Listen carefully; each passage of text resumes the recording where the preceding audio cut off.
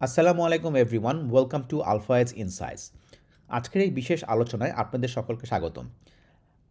আমরা আজকে বাংলাদেশ ব্যাংকের পলিসি রেট নিয়ে কথা বলবো। বাংলাদেশ ব্যাংক পলিসি রেট কাট করেছে এবং সেটা এখন 9.5%-এ। সো প্রায় 6 বছর পর এটি প্রথম পলিসি রেট কাট। সেটা অনেক বড় একটা সিগনিফিক্যান্ট একটা ব্যাপার। আফটার 6 ইয়ার্স বাংলাদেশ ব্যাংক তাদের পলিসি রেট 10% থেকে কমিয়ে 9.5 9.5%-তে করেছে। সো তাই এটি শুধু একটি ছোট্ট একটি রেট অ্যাডজাস্টমেন্ট নয়, এটি একটা মনিটারি পলিসি ডিরেকশন পরিবর্তনের জন্য একটি গুরুত্বপূর্ণ সিগন্যাল। সো আজকের এই ভিডিওতে আমরা 3টি বিষয় পরিষ্কারভাবে বোঝানোর চেষ্টা করব। প্রথমত, বাংলাদেশ ব্যাংক আসলে কী পরিবর্তন করেছে। দ্বিতীয়ত, এই সিদ্ধান্ত কীভাবে banking system, lending rate, business earnings এবং লিকুইডিটিতে প্রভাব ফেলতে পারে। এবং সর্বশেষ, ঢাকা স্টক এক্সচেঞ্জ কোন সেক্টর তুলনামূলকভাবে বেশি উপকৃত হতে পারে, কোথায় ইম্প্যাক্ট মিক্সড হতে পারে এবং একজন বিনিয়োগকারী হিসাবে কখন কী কী ডেটা রাখা এবং দেখা উচিত আপনাদের, সেটা নিয়েও কথা বলবো। শুরুতে একটি কথা পরিষ্কার করে বলে দিতে চাই, রেট কাট মানেই পরের ট্রেডিং সেশনে থেকেই সব শেয়ার দাম বেড়ে যাবে বা ইন্ডেক্স অনেক উপরে উঠে যাবে এমন নয়। তবে দীর্ঘ সময় পরে একটা টাইট মনিটারি পলিসির পর এই পরিবর্তন ইনভেস্টরদের সেন্টিমেন্টের জন্য নিঃসন্দেহে এটি একটি পজিটিভ ডেভেলপমেন্ট। তো চলুন আমরা আমাদের যে স্লাইডটা সেটা আমরা দেখি। সো দ্বিতীয় স্লাইডে আমরা বলেছি the decision changes the directions of the policy of Bangladesh bank. তো চলেন। সো বাংলাদেশ ব্যাংক তার পলিসি রেট 10% থেকে নেমে 9.5% নামিয়েছে। সো 50 বেসিস পয়েন্ট মানে 0.50% আর 100 বেসিস পয়েন্ট মানে হচ্ছে 1%। সো নতুন রেট 2 আগস্ট থেকে 2026 রবিবার থেকে কার্যকর হওয়ার কথা রয়েছে। সো এর পাশাপাশি আপনারা দেখতে পাচ্ছেন যে এসএলএফ, সো স্ট্যান্ডিং লেন্ডিং ফ্যাসিলিটি বা এসএলএফ রেট 11.5% থেকে 50 বেসিস পয়েন্ট কমিয়ে 11% করা হয়েছে। এটি সেই সর্বোচ্চ রেট যার মাধ্যমে লিকুইডিটির প্রয়োজন হলে কমার্শিয়াল ব্যাঙ্কগুলো কেন্দ্রীয় ব্যাংক থেকে জরুরি অর্থ নিতে পারে। এবং অন্যদিকে এসডিএফ সেটা হচ্ছে স্ট্যান্ডিং ডিপোজিট ফ্যাসিলিটি, এটাকে 5.5% অপরিবর্তিত রাখা হয়েছে। সো এসডিএফ রেটটা হলো সেই রেট যেখানে ব্যাংক সারপ্লাস ফান্ড বাংলাদেশ ব্যাংকে পার্ক করে রিটার্ন পায়। সো এই কম্বিনেশনের জন্য বাংলাদেশ ব্যাংক যেটা ফান্ডিং প্রেশার সেটা হচ্ছে কিছুটা কমাতে তারা চেয়েছে, কিন্তু একই সঙ্গে তারা খুব এগ্রেসিভলি ইজিংয়েও যাচ্ছে না, কারণ ইনফ্লেশন আমরা সবাই জানি এখনও 9% উপরে আছে।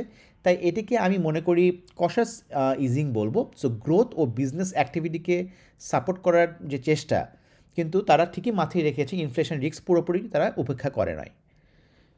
তো আমরা এখন দেখব আমাদের এর পরবর্তী স্লাইডে যে the rate cycle has turned after 6 years.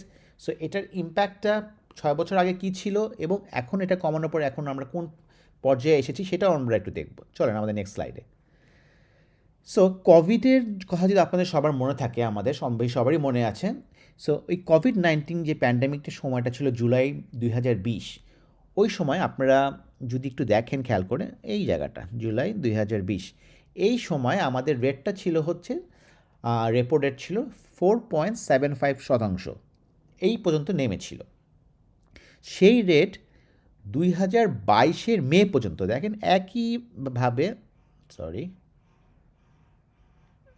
একইভাবে দেখেন আমাদের 4.75 আমাদের ঠিক 2020-এর জুলাই থেকে 2022-এর মে পর্যন্ত সেমভাবেই ছিল, কোনো চেঞ্জেস ছিল না। এরপর যখন ইনফ্লেশন বাড়তে থাকে, বাংলাদেশ ব্যাংক ধাপে ধাপে তার যেটা মনিটারি পলিসি টাইটেনিং শুরু করে। আমরা সেটা দেখতেই পাচ্ছি যে আমরা আপওয়ার্ড মুভে চলে যায়। সো মে 2022 পর্যন্ত রেট বাড়তে বাড়তে জুলাই 2023-এ এটার দেখেন আপনারা 6.5-এ চলে যায় 2023-এ। সো জানুয়ারি 2024-এ সেটা আবার একদম এক লাফ দিয়ে 8% চলে যায়, আপনারা দেখতেই পাচ্ছেন এখানে। 2024-এর মে মাসে সেটা বেড়ে 8.5% হয়ে যায় এবং অক্টোবরে সেটা রেপো রেট 10% পর্যন্ত পৌঁছায়। সো এরপর দীর্ঘ সময় এটি 10%ই ছিল। এখন আগস্ট 2026 থেকে সেটা 9.5% নামার মাধ্যমে প্রথমবারের মতো এটার সাইকেলটা আমরা দেখতে পাচ্ছি নিচের দিকে ঘুরলো। পুরো আমরা দেখলাম একটা বিশাল বড় একটা আপ ট্রেন্ড যে ছিল, এইটা 10% পর্যন্ত ছিল। এখন এই 9.5% করার পরে আমরা দেখতেছি আমাদের কার্ভটা নিচের দিকে আসছে। সো এটা খুবই একটা ভালো একটা খবর। সো কিন্তু বাজার কিন্তু অনেক সময় বর্তমান অবস্থার পাশাপাশি ভবিষ্যতের ডিরেকশন প্রাইস ইন করে। সো যদি ইনফ্লেশন আরও কমে, পরবর্তী সময়ে অ্যাডিশনাল ইজিংয়ের সম্ভাবনা তৈরি হয়। সো ইকুইটি ভ্যালুয়েশন ও বিজনেস কনফিডেন্সের তার প্রভাব বর্তমানে 50 বেসিস পয়েন্ট যেটা করেছে এর চেয়েও বড় হতে পারে। তবে সেই সম্ভাবনা ডেটা দিয়ে কনফার্ম হতে হবে। সো চলেন আমরা আমাদের যেটা নেক্সট স্লাইড সেটা হচ্ছে কেন এই কাটটা করলো। So why cut now despite of 9% inflation, যে আমরা দেখতেই পাচ্ছি যে আমাদের 9% এখনও ইনফ্লেশন 9%-এর উপরে আছে, তারপরেও কেন এই কাটটা করা হলো। তো চলুন আমরা নেক্সট স্লাইডে যাই। সো জুন 2026 আপনারা দেখতে পাচ্ছেন আমাদের 9.16% নেমেছে আমাদের ইনফ্লেশন, যেটা গত মাসে, এবং মেতে ছিল অনেক বেশি 9.42। তার মানে হচ্ছে মে মাসে থেকে জুলাই মাসে আমাদের ইনফ্লেশনটা কিছুটা কমেছে। অর্থাৎ ইনফ্লেশনের এই ডিরেকশন কিছুটা ফেভারেবল, কিন্তু লেভেল এখনও অনেক বেশি। এখন আমরা যদি 2007-এর এক্সকিউজ মি, এখন যদি আমরা 2007-এর গভর্নমেন্ট ইনফ্লেশন টার্গেট 60% আমাদের করা আছে। সো বর্তমান ইনফ্লেশন তার অনেক উপরে, এখনও 1.5%-এর উপরে আছে আমাদের ইনফ্লেশন বর্তমানে। সো আমরা দেখতেই পাচ্ছি। সো অন্যদিকে ইকোনমিক অ্যাক্টিভিটি বা ফাইন্যান্সিং কন্ডিশন এখনও দুর্বল, যেহেতু আমাদের হাফ ইয়ারলি 2025-26-এর প্রফেশনাল গ্রোথ ছিল প্রায় 3%। ব্যবসায়ীরা উচ্চ বরোয়িং কস্ট, টাইট ক্রেডিট এবং ইনপুট কস্ট প্রেশার এর কথা বলে আসছিল অলওয়েজ। তাই সেন্ট্রাল ব্যাংক, যেটা কেন্দ্রীয় ব্যাংক, আমাদের সামনে একটি পলিসি কী করবে সেটা নিয়ে তারা একটা চিন্তায় ছিল, এবং তারা ইনফ্লেশন কন্ট্রোলটাও করতে চায় যেহেতু 9%-এর উপরে। সো আবার একই সঙ্গে তারা বিজনেস এবং এমপ্লয়মেন্ট এবং গ্রোথকে কিছু সাপোর্ট দিতে চায়। কারণ আমাদের যে নতুন গভর্নমেন্ট এসেছে তারা এমপ্লয়মেন্টের কথা খুব অনেক করে বলছে, বন্ধ কোম্পানির কথা বলছে, যে এগুলোকে আবার রিভাইভ করার জন্য নতুন করে তারা কেন্দ্রীয় ব্যাংক থেকে 60,000 কোটি টাকার একটা ফান্ডের অ্যারেঞ্জ করেছে। তো সেটাকে তারা চাচ্ছে যে যেসব ব্যবসাগুলো বন্ধ হয়ে গিয়েছিল সেগুলোকে আবার রিভাইভ করে পলিসি সাপোর্ট এবং ফান্ড দিয়ে যাতে করে তারা ব্যবসাটা চালু করতে পারে, এবং ব্যবসা চালু হলে আরও অনেক কর্মসংস্থান হবে। সো 50 বেসিস পয়েন্ট কাট সম্ভবত সেই ব্যালেন্স করার চেষ্টা। সো এটি এমন কোনো বড় কাট নয় যে একবারে ডিমান্ড বাড়িয়ে ইনফ্লেশনও অনেক দ্রুত বেড়ে যাবে, তা বললাম না। এটা খুবই একটা কশাস, একটা মাত্র 50 বেসিস পয়েন্ট তার কমিয়েছে আমাদের সেন্ট্রাল ব্যাংক। কিন্তু এটি বিজনেস কমিউনিটি এবং ফাইন্যান্সিয়াল মার্কেটকে একটি সিগন্যাল দেয় যে পলিসি আর শুধু টাইটেনের দিকে নয়, তারা নিচের দিকে আসতেছে আস্তে আস্তে করে। তবে প্রায় শূন্যের কাছাকাছি যদি আমরা পোস্ট রিয়েল পলিসি রেট যদি চিন্তা করি, অর্থাৎ নমিনাল পলিসি রেট থেকে ইনফ্লেশন যদি বাদ দিলে মার্জিন খুব ছোট। সো এই ইনফ্লেশন রিস্ক এখনও যথেষ্ট।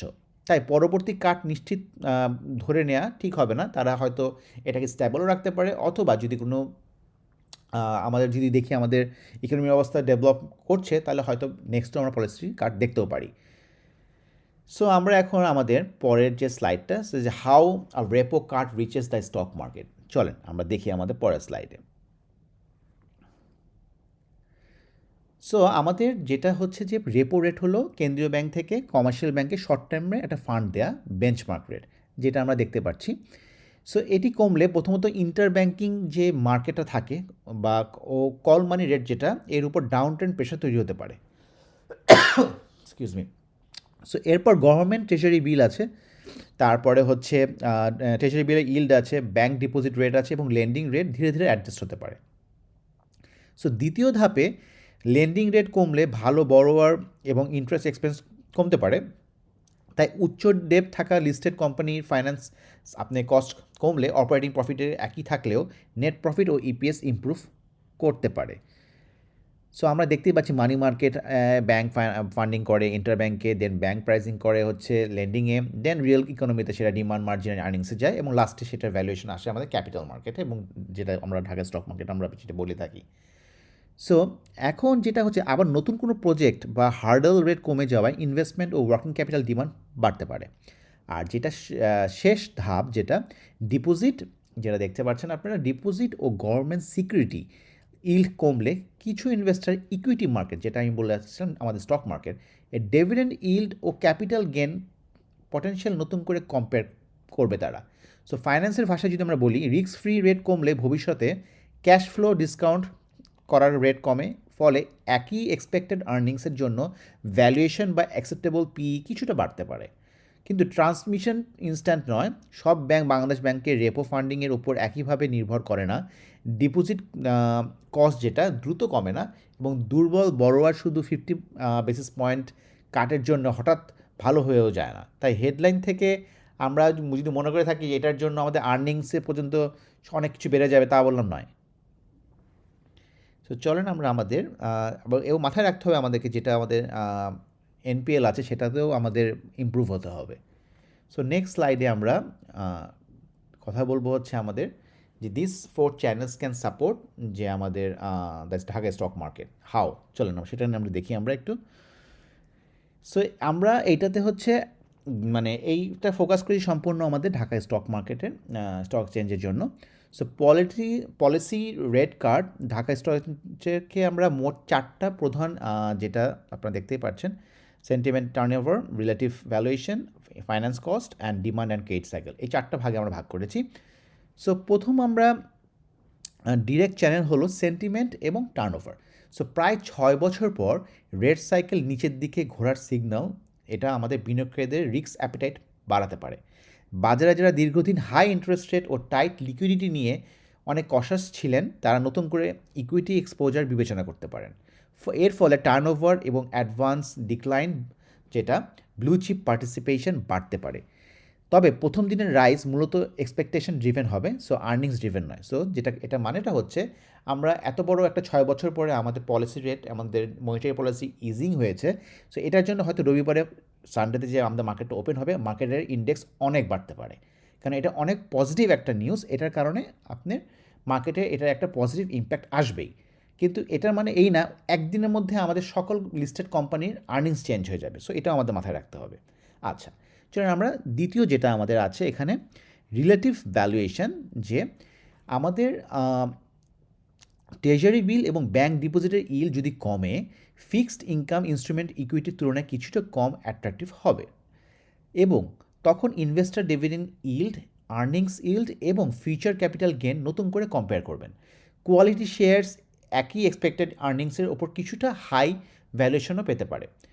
এবং যেটা হচ্ছে যে আপনারা যেটা আমাদের বন্ড এবং ইন্টারেস্ট রেট, যেটা আমাদের ফিক্সড, যেটা আমরা এটার রেটটা অনেক হাই ছিল, যেটা এখন কমার দিকে। তো যখন আপনি এই রেটটা কমার দিকে, তখন কিছুটা ফান্ড, যেটা ধরেন বন্ডের জন্য 50% বা 60% ইনভেস্ট করা থাকতো, সেটা হয়তো ওখান থেকে কিছুটা তাদের বুকস তারা চেঞ্জ করে সেটাকে 40% বা 35% করবে।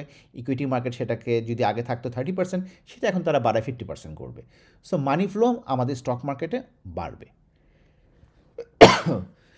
সরি। সো নেক্সট আমাদের যেটা থার্ড যেটা আমাদের চ্যানেল, সেটা হচ্ছে যে আমাদের ফাইন্যান্স কস্ট অ্যান্ড হচ্ছে আমাদের ইপিএস। সো যেটা হচ্ছে লেন্ডিং রেট যদি ধীরে ধীরে কমে, তার মানে কি ইন্টারেস্ট এক্সপেন্সও আমাদের কমতে পারে। সো অপারেটিং প্রফিট যদি আমাদের চেঞ্জ না হয় থাকে, তাহলে কম ফাইন্যান্স কস্ট আমাদের নেট প্রফিট, ইপিএস এবং ইন্টারেস্ট কভারেজ এবং ফ্রেশ ক্যাশ ফ্লো ইমপ্রুভ করতে পারে। যেহেতু আমাদের রেট কমছে, তাহলে অবশ্যই এই 4টা জিনিসও আমাদের কমার মানে মানে বেটার হতে পারে আমাদের এখানে। আর যেটা হচ্ছে আমাদের 4 নাম্বার ইনডিরেক্ট চ্যানেল, যেটা ডিমান্ড অ্যান্ড ক্রেডিট সাইকেল, যেটা সো ওয়ার্কিং ক্যাপিটালের লোন, যেটা so consumer finance, business investment তুলনামূলকভাবে সহজ যদি হলে প্রোডাকশান, সেলস এবং আমাদের ইকোনমিক অ্যাক্টিভিটি বাড়তে পারে, এবং এই বেনিফিট শেয়ার প্রাইসে সবচেয়ে পরে আসে। তার কারণ হলো প্রথমে ক্রেডিট ডিমান্ড, এরপর রেভিনিউ, তারপর কোয়ার্টারলি আর্নিংসে ইমপ্রুভমেন্ট হয়। মানে প্রথমেই তো আমাদের আর্নিংসে চলে আসবে না, ব্যবসাকে তো ভালো করতে হবে। তারা ব্যবসা ভালো করতে পারলে, তারা প্রফিট জেনারেট করতে পারলেই না আমাদের সেটা তাদের যেটা অ্যানুয়াল রিপোর্ট দিবে বা কোয়ার্টারলি রিপোর্ট দেবে, সেখানে সেটা ইম্প্যাক্ট আমরা দেখতে পারবো। যখন আমাদের সেটা ইম্প্যাক্ট হয়, তখনই সেটার কারণেই আমাদের শেয়ারের প্রাইস ওঠানামা করে। সো আমরা নেক্সট স্লাইডে যাব, সেটা হচ্ছে আমরা দেখব যে how lower rates can lift the আমাদের ইকুইটি ভ্যালুয়েশন। চলেন আমরা নেক্সট স্লাইডে যাই। সো একটা শেয়ারের থিওরিটিক্যাল ভ্যালু হলো ভবিষ্যতে যে কোম্পানির যে ক্যাশ ফ্লো বা প্রফিট জেনারেট করবে তার প্রেজেন্ট ভ্যালু ভবিষ্যতে ক্যাশ ফ্লোকে প্রেজেন্ট ভ্যালুতে আনতে আমরা রিকোয়ার্ড রিটার্ন বা ডিসকাউন্ট রেট ব্যবহার করি। সো এই রিকোয়ার্ড রিটার্নের একটি গুরুত্বপূর্ণ অংশ হলো রিস্ক ফ্রি রেট। সো বাংলাদেশের ক্ষেত্রে ট্রেজারি বিল ও গভর্নমেন্ট সিকিউরিটি ইল তার একটি প্র্যাকটিক্যাল হচ্ছে তাদের একটা বেঞ্চমার্ক। সো ধরা যাক কোম্পানি এক্সপেক্টেড প্রফিট, ডিভিডেন্ড এবং গ্রোথ আউটলুক কোনো পরিবর্তন হলো না। যদি মার্কেটে ইন্টারেস্ট রেট ও রিস্ক ফ্রি ইল্ড কমে যায়, ইনভেস্টার এর রিকোয়ার্ড রিটার্নও কিছুটা কমতে পারে। সো রিকোয়ার্ড রিটার্ন কমলে একই ফিউচার ক্যাশ ফ্লো এবং এর প্রেজেন্ট ভ্যালু বাড়ে। সো এই কারণে লোয়ার রেট এনভায়রনমেন্টে কোয়ালিটি কোম্পানি এর অ্যাকসেপ্টেবল পিই বা পিবি মাল্টিপল কিছুটা এক্সপান্ড করতে পারে। মানে আমাদের শেয়ারের প্রাইস এবং ন্যাভ যেটা এবং যেটা পি বলতে মানে পি যে কখন বাড়ে, যখন আমাদের দেখা যাবে যে প্রাইস বেড়ে গিয়েছে এবং ন্যাভ নেট অ্যাসেট ভ্যালু যেটা বেড়ে গিয়েছে, তখন আমাদের সেটা কিছুটা আমরা দেখতে পারি যে এটা এক্সপান্ড করছে। আর যেটা হচ্ছে যে আমাদের হায়ার ডিভিডেন্ড ব্লু চিপ যে শেয়ারগুলো, সো এর ক্ষেত্রে বললাম কিছুটা একই লজিক কাজ করে। যেমন ধরেন যখন ডিপোজিট বা গভর্নমেন্ট সিকিউরিটি ইল্ড খুব বেশি থাকে, তখন বলে ইনভেস্টাররা ইকুইটি রিস্ক নেওয়ার বদলে নিরাপদ রিটার্ন পছন্দ করেন। তারা বললাম তখন কোনো হাই রিস্ক ইকুইটি মার্কেটে আমাদের ক্যাপিটাল মার্কেটে ফান্ড দিয়ে তারা রিস্ক নিতে চায় না, কারণ তারা দেখে যে গভর্নমেন্ট সিকিউরিটিজ এবং বন্ডে অনেক বেশি রেট আছে, তাহলে আরামে তারা ভালো একটা প্রফিট জেনারেট মানে ইজিলি করতে পারতেছে কোনো রকম কোনো রিস্ক না নিয়ে। সো ইল্ড যদি কমে যায়, সো ডিপেন্ডেবল ডিভিডেন্ড শেয়ার তুলনামূলকভাবে অ্যাট্রাক্টিভ হতে পারে। তার মানে হচ্ছে যেগুলো আমাদের ডিএসসিতে ব্লু চিপ শেয়ার, তাদের তো ডিভিডেন্ড তার মানে কোম্পানি যদি ভালো করে, আর্নিংস যদি ভালো আসে, তাহলে অবশ্যই সেগুলো ভালো ডিভিডেন্ড দিবে। সো এই ভালো ভালো কোম্পানির ডিভিডেন্ডের উপরে বড় ফান্ডের একটা আমরা ক্যাশ ইনফ্লো ঢুকতে পারে এখানে, মানে টাকা এখানে ইনজেক্ট হতে পারে to get the dividend. So কিন্তু এখানে বড় একটা কেভিয়েট আছে, সেটা হচ্ছে পলিসি রেট যেটা আমাদের 50 বেসিস পয়েন্টে কমেছে, এটার মানে যে আজই কোম্পানি তার ফেয়ার পিই যেটা বেড়ে গেল এটি বলা যাবে না, কারণ treasury yield, deposit rate, lending rate যদি না কমে, ভ্যালুয়েশন চ্যানেল কার্যকর হবে না। আবার আর্নিংস আউটলুক খারাপ হলে শুধু lower discount rate share price ধরে রাখতে কখনোই পারবে না, যেটা আমরা দেখেই আসছি আমরা এটা। সো আমাদের চলেন আমরা নেক্সট স্লাইডে যাই আমরা। সেটা হচ্ছে liquidity can rotate towards equity. So আমরা দেখেন আমরা এটাতে দিয়েছি যে জুন 2026-এ আমরা যদি অফিসিয়াল যে ডেটাটা আছে 91 দিনের, সো 182 দিন এবং 364 দিনের যে ট্রেজারি বিল্ডের ইল্ড ছিল 9.71%, 9.9% অ্যান্ড 9.95%। সো অর্থাৎ পলিসি কাটের আগেও সেফার ইনস্ট্রুমেন্টের প্রায় 10% কাছাকাছি রিটার্ন দিচ্ছিল ম্যাক্সিমাম যেগুলো আমাদের বন্ড বা গভর্নমেন্ট সিকিউরিটিগুলো আছে। তাই শুধু পলিসি রেট 9.5% হওয়ায় ওভারনাইট ইকুইটি মার্কেটে এর বড় ফান্ড ফ্লো যে যাবে তা বললাম নিশ্চিত নয়। তার কারণ সেটা যাওয়ার আগে আমাদের এই যে ট্রেজারি বিল আছে, এই ইল্ডও দেখতে হবে যে কতটুকু করে ফল করে।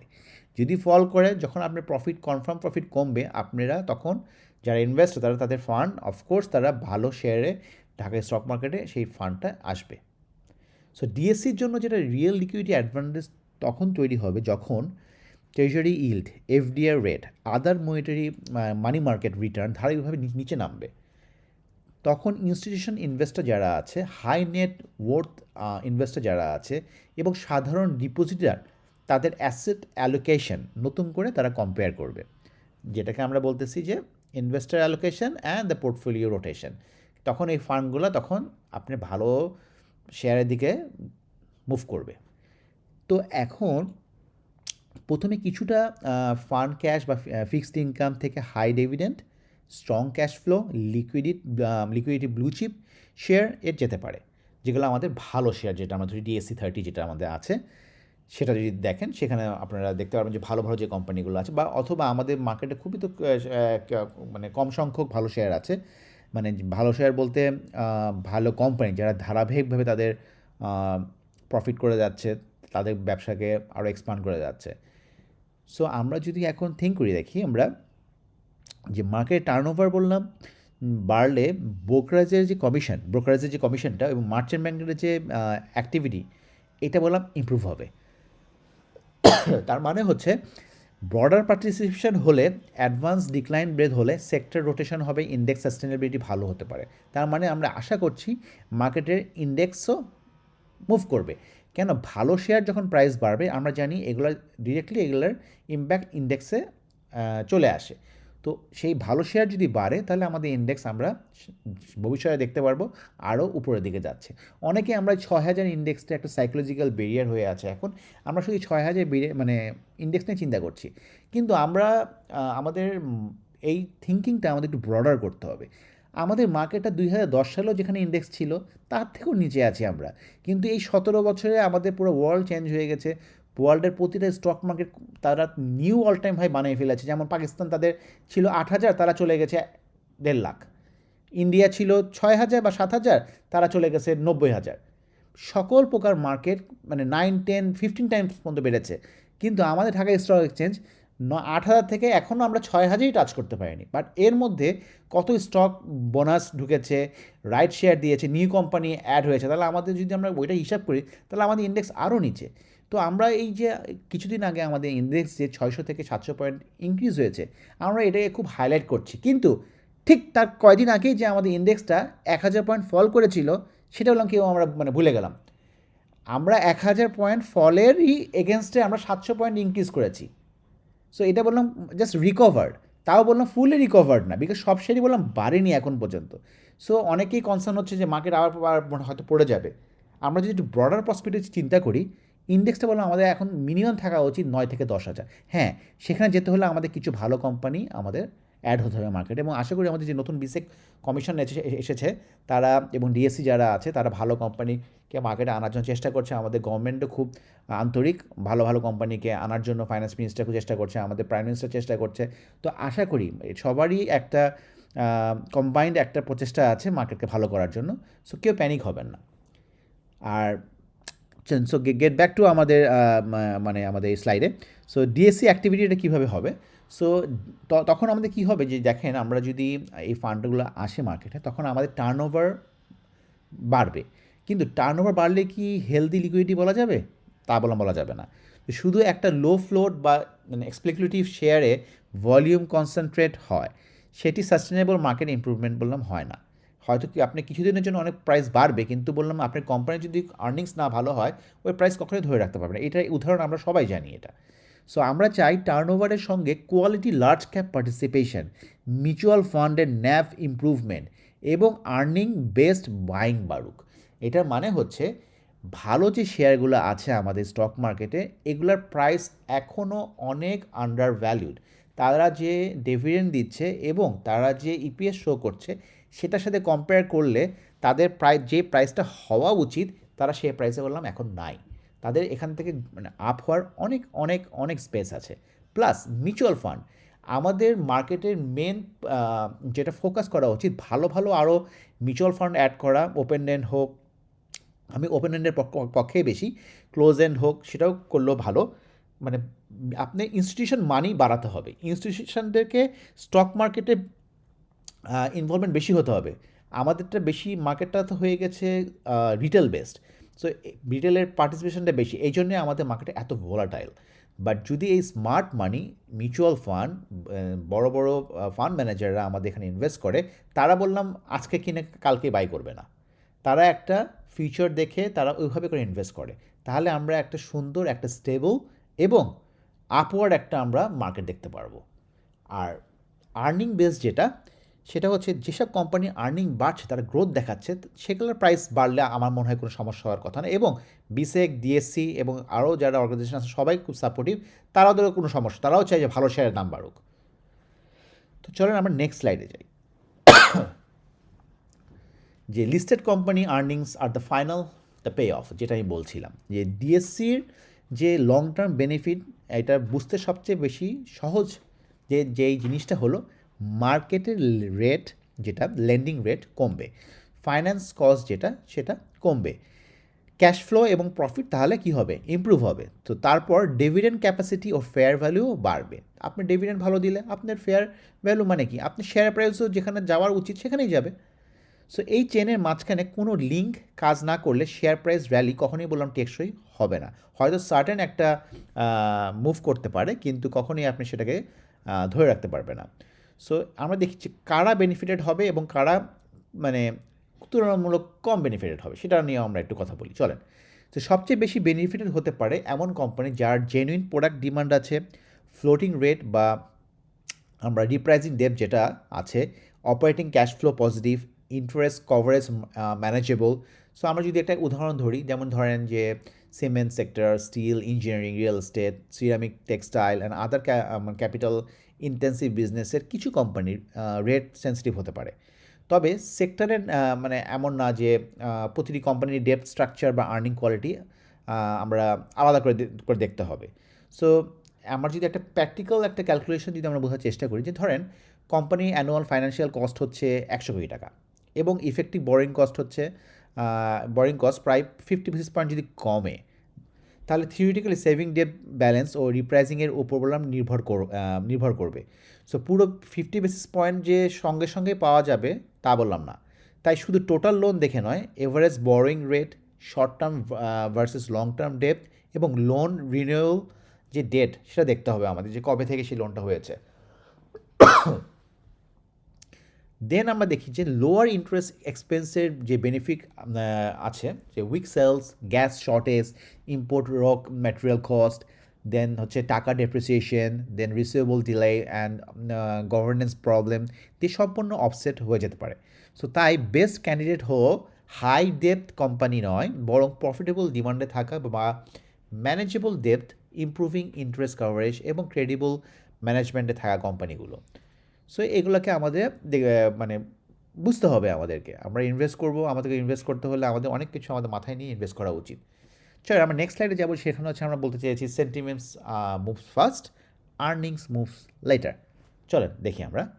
সো এটার মানেটা হলো, এই দেখেন আমি দিয়েছি যে sentiment moves first, earning move letter. এটা মানেটা হচ্ছে যে আমরা এই যে 50 বেসিস পয়েন্ট যে আমাদের ইন্টারেস্ট রেটটা বাংলাদেশ ব্যাংক কমালো after 6 years, it's a very significant news এবং এটার ইম্প্যাক্ট আমরা সানডে মার্কেটে অবশ্যই দেখব। মার্কেটে এটার অনেক বড় একটা ইম্প্যাক্ট আসবে।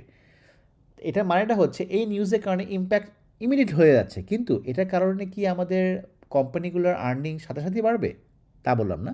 আর্নিং বাড়বে যদি কোম্পানি প্রফিট করতে পারে, সেটা ইপিএসে সেটা আমরা দেখতে পারবো পরে।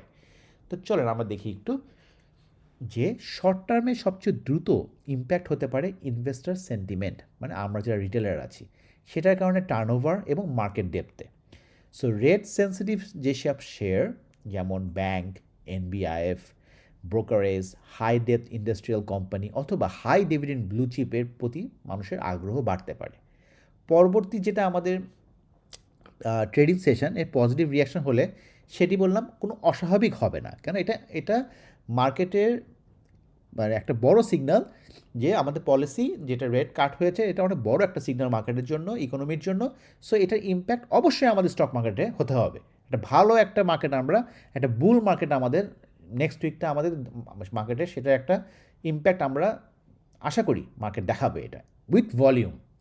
কিন্তু যদি 4 থেকে 12 সপ্তাহের মধ্যে আমাদের দেখতে হবে আমরা যে আমাদের কল মানি রেট যেটা আছে, যেটা আমরা বলতেছি যে মার্কেট রেট, যেটা কল মানি রেট, তারপরে আমাদের ট্রেজারি বিল ইল্ড, তারপরে হচ্ছে আমাদের লেন্ডিং রেট, যে এটা কি বাস্তবে কি কমছে নাকি কমছে না। যদি পলিসি রেট কমলেও মার্কেটে যদি রেট স্টিকি থাকে, তাহলে বললাম লিস্টেড কোম্পানির বরোয়িং কস্ট খুব বেশি বললাম কমবে না। এটা মানে হচ্ছে যে আপনার যদি এখন তো আমাদের 50% কমিয়েছে, বাট এটার কারণে কি আমাদের call money rate, treasury build, ডিপোজিটের লেন্ডিং কি কমছে নেক্সট 1 মাস থেকে 3 মাসের মধ্যে, এটা আমাদেরকে খুবই ক্লোজলি ফলো করতে হবে। যদি কমে থাকে তাহলে 100% এটার ইম্প্যাক্ট আমাদের মার্কেটেও আসবে, ভালো হবে। সো 2 থেকে 4 কোয়ার্টার পরে যদি credit growth, sales, finance cost, cash flow, NPL trend, quarterly earnings থেকে বোঝা যাবে যে রিয়েল ইকোনমিক বেনিফিট কি মানে আমাদের মানে এটার কারণে এসেছে কি না। তাই প্রথম দিনের যে সানডেতে যে আমাদের র্যালিটা হবে, নিউজে একটা রিয়াকশান, সো এটার সাস্টেন্ড ট্রেন্ডের জন্য ট্রান্সমিশন ও যেটা আমরা বোঝাতে চাচ্ছি যে আর্নিংস, এই আর্নিংস কনফার্মেশন প্রয়োজন। সেটার জন্য আমাদের কিছুটা ওয়েট করতে হবে। তাহলে আমরা বুঝতে পারবো যে আমাদের মার্কেটটা সামনে কি হবে। চলেন আমরা আমাদের নেক্সট স্লাইড যেটা যাই। The clearest beneficiary are the rate sensitive. কারা আমাদের এটার জন্য সবথেকে বেশি মানে পজিটিভ কোন সেক্টরটা হতে পারে, চলেন আমরা দেখি। সো প্রথমে হচ্ছে যেটা আমরা দেখতেছি যে এনবিআইএফ স্ট্রং ডিরেক্ট বেনিফিশিয়ারি তারা। তার কারণ হচ্ছে যে সাধারণত হোলসেল ফান্ডিং ও ডিপোজিট কস্টের প্রতি বেশি সেন্সিটিভ। মার্কেট রেট কমলে ভালো ব্যালেন্স শিট ও সাউন্ড অ্যাসেট কোয়ালিটি থাকা এনবিএফ যেগুলো আছে তারা মানে ভালো যেগুলো আছে, খারাপগুলো না বললাম, যেগুলো ভালো আছে তুলনামূলক তারা বেশি উপকৃত হতে পারে। যেমন ভালোর মধ্যে আপনারা কয়েকটা এনবিএফের নাম আপনারা ভালো করে জানেন। আইডিএলসি আছে, লঙ্কা বাংলা আছে, ডিবিএইচ আছে, ন্যাশনাল হাউজিং আছে। তো ভালো ভালো যেগুলো ইউনাইটেড ফাইন্যান্স আছে, তো বিডি ফাইন্যান্স আছে, যারা ভালো ভালো এনবিআইএফ সেগুলোর কথা বললাম। তবে দুর্বল যেসব এনবিআইএফের যেগুলো আছে যারা, তাদের লিকুইডিটি, এনপিএল এবং ক্যাপিটাল রিস্ক বললাম এখনও একটা বড় বিষয়। সো উচ্চ ঋণভর যেসব ইন্ডাস্ট্রিয়াল সেক্টর যেমন আছে, কেমন দেখি আমরা, সিমেন্ট আছে, steel, engineering, real estate, ceramic. So finance cost যদি কমে তাহলে ডিরেক্ট বেনিফিট পেতে পারে। সো আমরা যদি দেখি, আমরা যদি যে সিরামিক সেক্টরটা, যেমন এই সেক্টরে মানে লিডিং হচ্ছে যেমন মুন্ডু সিরামিক, মুন্ডু গ্রুপ। সো এই গ্রুপের বললাম তারা যদি ফাইন্যান্স কস্টটা যদি কমে তারা বললাম ডিরেক্ট এটা বেনিফিট হবে। সো ডিরেক্ট যদি বেনিফিট হয়ে থাকে তাহলে মুন্ডু সিরামিক হোক বা অন্য যেসব সিরামিকগুলো আছে, আরএকে সিরামিক, এগুলোর শেয়ার প্রাইসে আমরা অবশ্যই ইম্প্যাক্ট দেখব যদি তাদের ইপিএসে গ্রোথ হয়।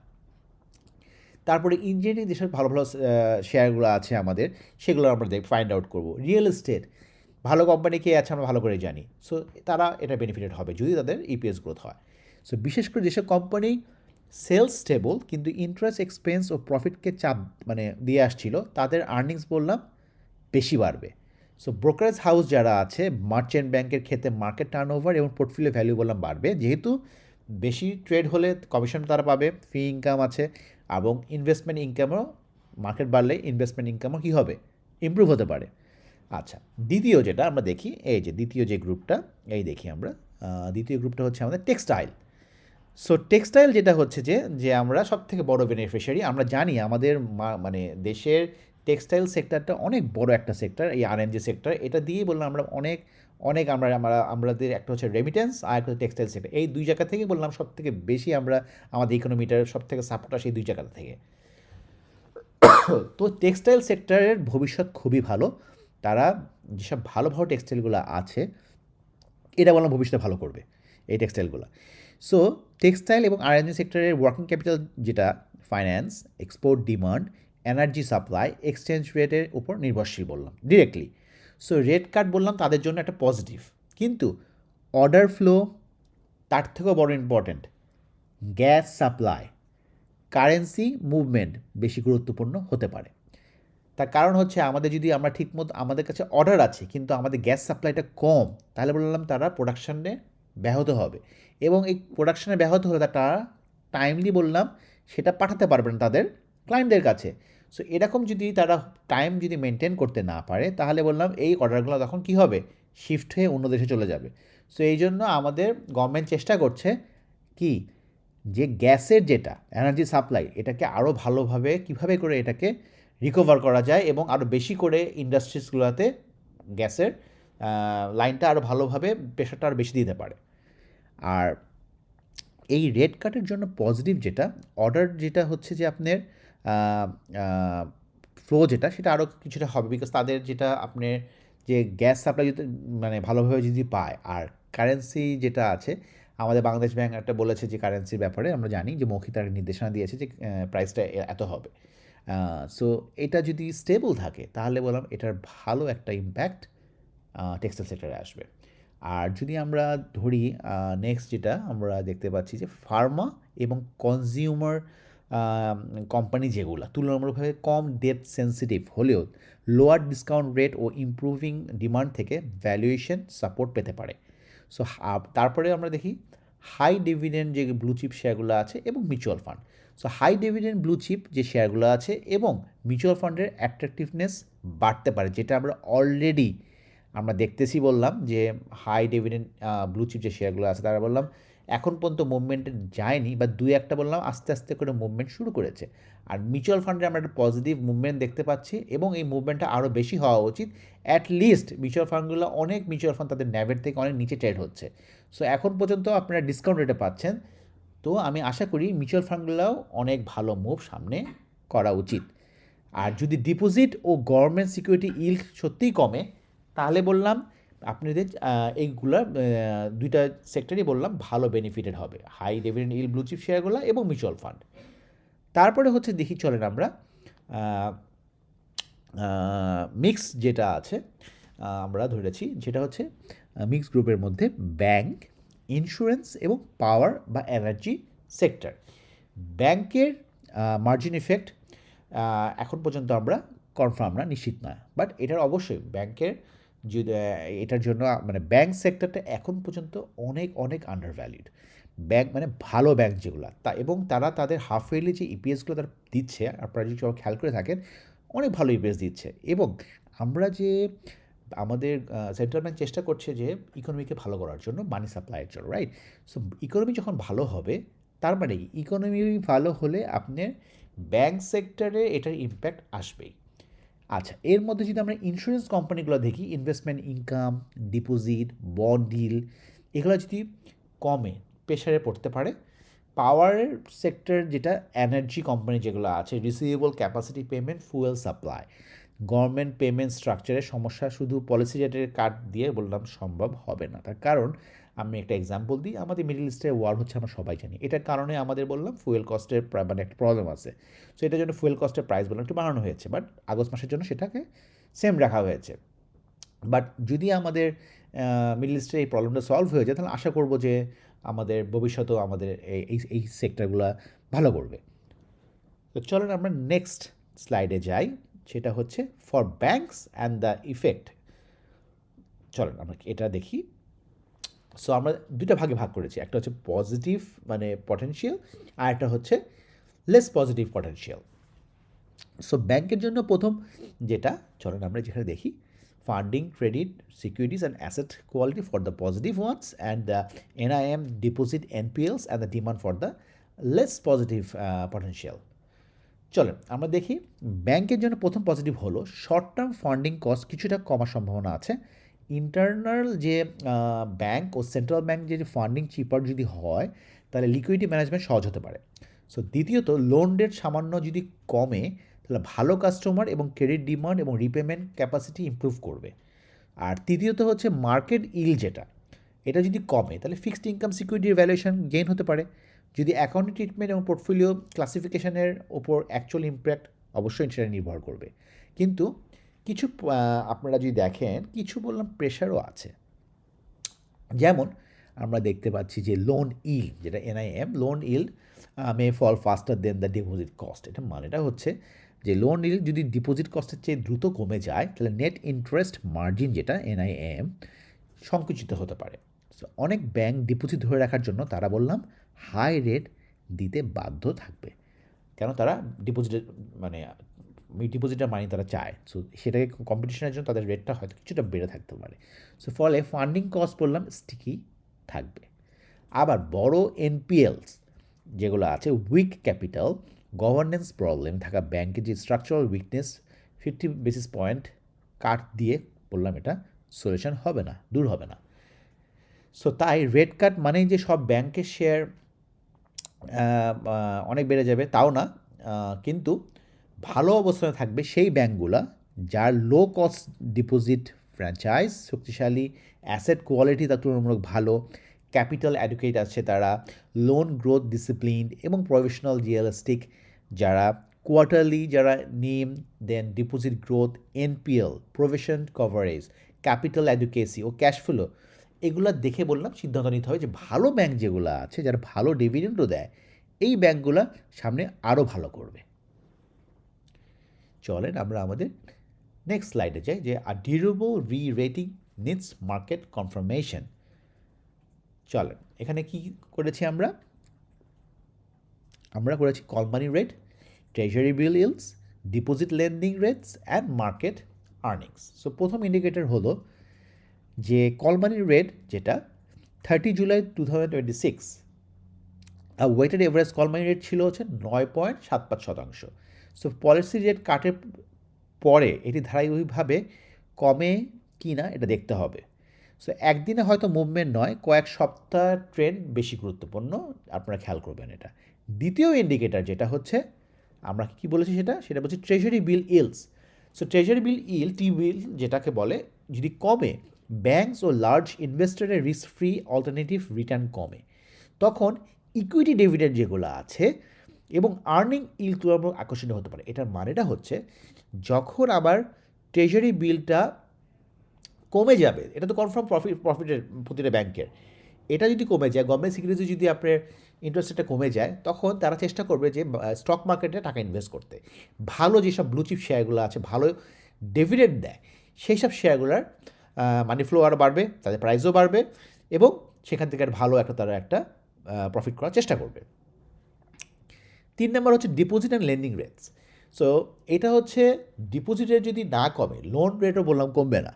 সো ব্যাংক মার্জিন প্রেশার বাড়তে পারে, আর ল্যান্ডিং রেট না কমলে কর্পোরেট ফাইন্যান্স কস্টের বেনিফিট বললাম আসবে না। সো তাই ট্রান্সমিশনের যে স্পিড ও ম্যাগনিটিউড দুটাই বললাম দেখতে হবে আমাদেরকে। আর যেটা লাস্ট হচ্ছে মার্কেট এবং আর্নিংস যেটা। সো যেটা হচ্ছে যে চতুর্থ যেটা আমাদের ইন্ডিকেটার দিয়েছি আমরা, ডিএসসি টার্নওভার, অ্যাডভান্স ডিক্লাইন, তারপরে সেক্টর পার্টিসিপেশন এবং আর্নিংস। শুধু কয়েকটা লো ফ্লোট শেয়ার বেড়ে গেলে সেটিকে ব্রডার রেটিং বলা যাবে না।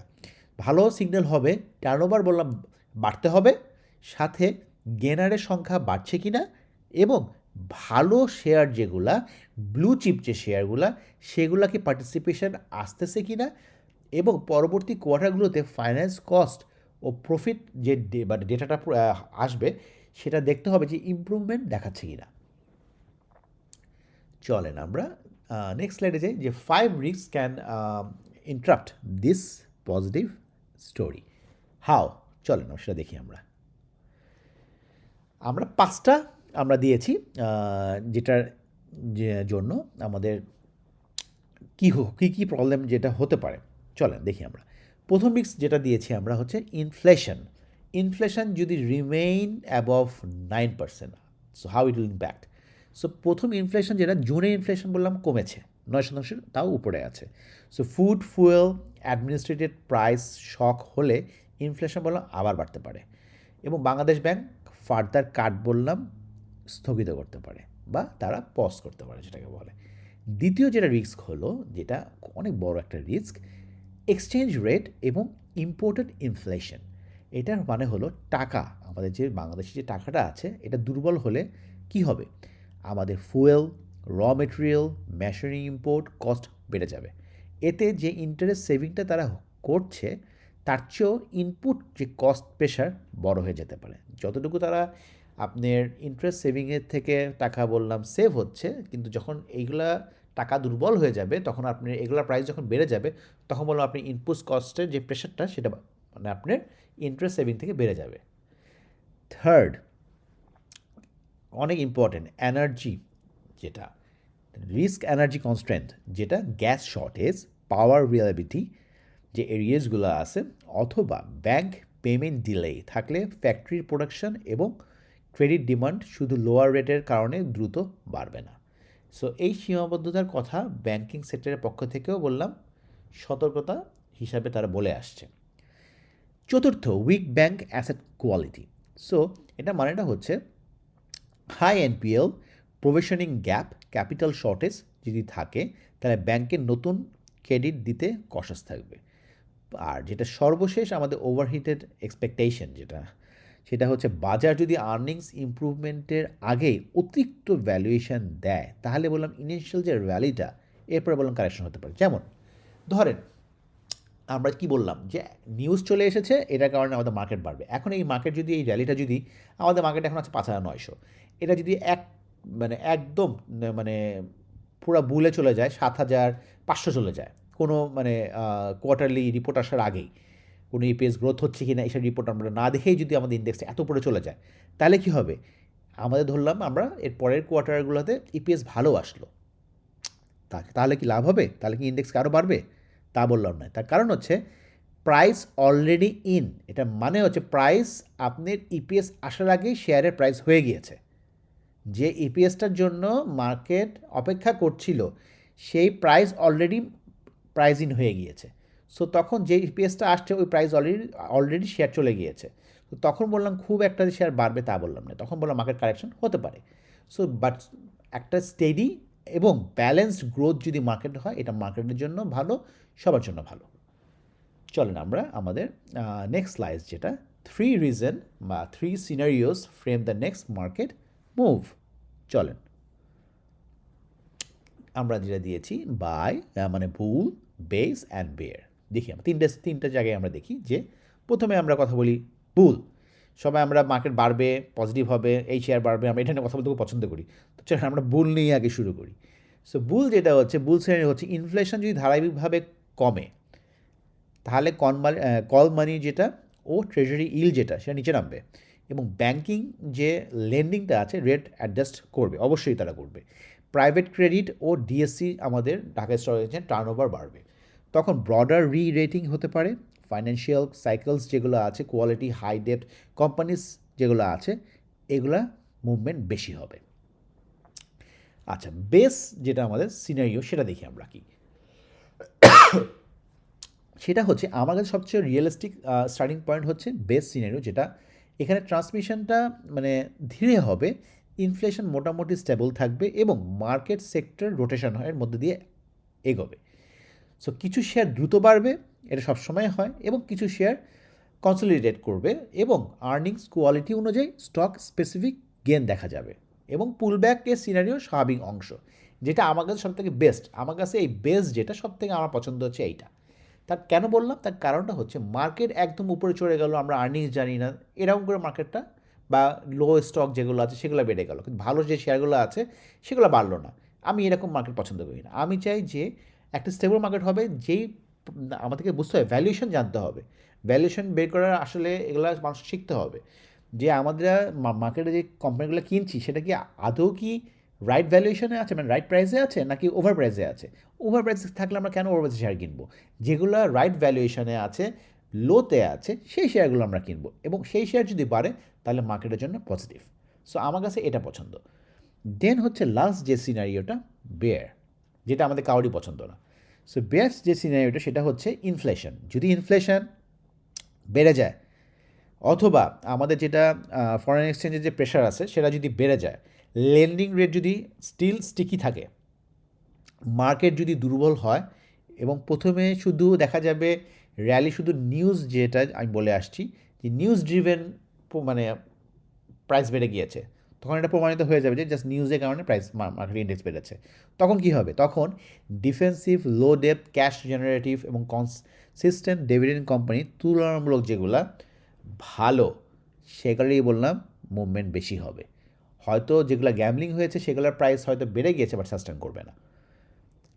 এবং একজন আপনাকে মাথায় রাখতে হবে সেটা হচ্ছে একজন বিনিয়োগকারী হিসাবে প্রেডিকশানে কখনোই আমাদেরকে আটকে থাকা যাবে না। আমাদেরকে কী নিয়ে চিন্তা করতে হবে? আমাদেরকে যেগুলো ডেটা আমাদের কাছে অ্যাভেলেবল আছে কোম্পানি থেকে যেগুলো দেয়, সেগুলো থেকে আমাদের সিনিয়রকে আমরা যে সিনিয়রদের যে প্রাইসটা আছে সেটা কি সাপোর্ট করছে সেটা চেক করতে হবে এবং সেটা নিয়মিত আমাদের আপডেট করতে হবে। প্রতিটা কোয়ার্টারলি যে রিপোর্ট দেয় সেটা পড়ে সেখান থেকে দেখতে হবে যে কোম্পানির অবস্থা ভালো হচ্ছে কি না। তাহলেই আপনি বুঝতে পারবেন যে আপনি ভালো শেয়ারে আছেন বা ভালো প্রাইসে কিনেছেন না কিনেননি। চলেন আমরা আমাদের নেক্সট যে স্লাইডটা, what investor should do now, আমাদের বিনিয়োগকারীদের এখন কী করা উচিত। চলেন, সো আমরা এটা সাজিয়েছি 5টি পয়েন্টে। সো প্রথমত যেটা হচ্ছে যে do not chase the first spike, যেটা আমাদের সানডেতে আমরা আশা করি হবে। সো প্রথমত স্পাইক চেস করবেন না। প্রাইস যদি গ্যাপ আপ করে, মানে ধরেন একটা শেয়ারের দাম আছে 10 টাকা, শেয়ারটা শুরু হলো 10 টাকা 50 পয়সা দিয়ে, মানে প্রথমেই সে 5% বেড়ে গিয়েছে, এটাকে বলে গ্যাপ আপ করে ভলিউম টেকনিক্যাল স্ট্রাকচার কনফার্ম না হওয়া পর্যন্ত আপনার এন্ট্রি মানে একটু বুঝে শুনে দেওয়া ভালো। দ্বিতীয়ত prioritise the balance sheet quality, যেটা আমরা কেউই কখনো দেখি না বা কেউ কখনো আমরা ব্যালেন্স শিট সম্পর্কে জানিই না। আমরা শুধু শুনতে চাই এই শেয়ারটা বাড়বে ওই শেয়ারটা কমবে, বা এটা ভালো হতে পারে, এই শেয়ারে উনি ঢুকেছে, সেই শেয়ার সে ঢুকেছে, সেটা নিয়ে আমরা পড়ে থাকি। আমরা কে বললাম ব্যালেন্স শিটটা নিয়ে চেক করি না। বাট আমরা যাদের কথা শুনে আমরা শেয়ারে ঢুকি, যে সেই ব্যক্তি এই শেয়ারটা কিনছে, এই শেয়ারটা বাড়বে, সে বললাম, এবং তার যে টিম, তারা বললাম অবশ্যই তারা কোম্পানির অনেক কিছু ইনসাইট জেনেই তারা শেয়ারের প্রাইস মুভমেন্ট করে। হয়তো কিছু এক্সেপশনাল থাকতে পারে, বাট ম্যাক্সিমামই বললাম যেগুলো কোনো কিছু তারা জানে ভিতরের খবর, সেগুলোর জন্যই বললাম প্রাইসিং হয়। তো আপনাদেরকেও সেটা জানতে হবে। তাহলে আপনারা কারোর প্রতি নির্ভরশীল হয়ে থাকতে হবে, নিজেরাই বুঝতে পারবেন যে শেয়ারের প্রাইসটা হবে কি হবে না। সো আপনাদেরকে অগ্রাধিকার দিতে হবে ম্যানেজেবল ডেপ্থ, যেটা পজিটিভ অপারেটিং ক্যাশ ফ্লো এবং স্টেবল মার্জিন এবং রিয়েলিস্টিক আর্নিংস, এটা আপনাদেরকে বুঝতে হবে, এবং এটা অনেক বড় গুরুত্বপূর্ণ এই জিনিসটা। সো এটা সবাই মাথায় রাখবেন। তৃতীয়ত, separate rate benefit from the structural risk. এটা মানেটা কি? এটা মানে হচ্ছে রেট বেনিফিট থেকে স্ট্রাকচার রিস্ক আলাদা করতে হবে। যেমন ধরেন একটা টেক্সটাইল কোম্পানি লোয়ার রেট থেকে বেনিফিট পেলেও গ্যাস শর্টেজ আছে বা উইক এক্সপোর্ট অর্ডার আছে, তার প্রফিটকে বাড়বে? তার প্রফিট তো কমে যাবে বা স্টেবল থাকবে। সো একটি ব্যাংকের ফান্ডিং কস্ট কমলেও এনপিএল ও প্রফেশনাল প্রফিটকে বললাম চাপ দিতে কি পারে। সো এটা খেয়াল রাখতে হবে আপনাদেরকে। তারপরে হচ্ছে 4 নম্বর পয়েন্টটা কি? Track the confirmation indicators. So এটা মানেটা হচ্ছে আপনাকে ট্র্যাক করুন, আপনি কল মানি রেটটা কত আছে, কমছে কি না, টি বিল ইলটা কী অবস্থায় আছে, এই মাসে কত ছিল, সামনে 2-3 মাসে কত হয় খেয়াল করবেন। ব্যাংকের ডিপোজিট এবং লেন্ডিং রেটের কী অবস্থা, private credit growth, inflation, exchange rate কত কমলো বা বাড়লো, সেটা ট্র্যাক করতে হবে।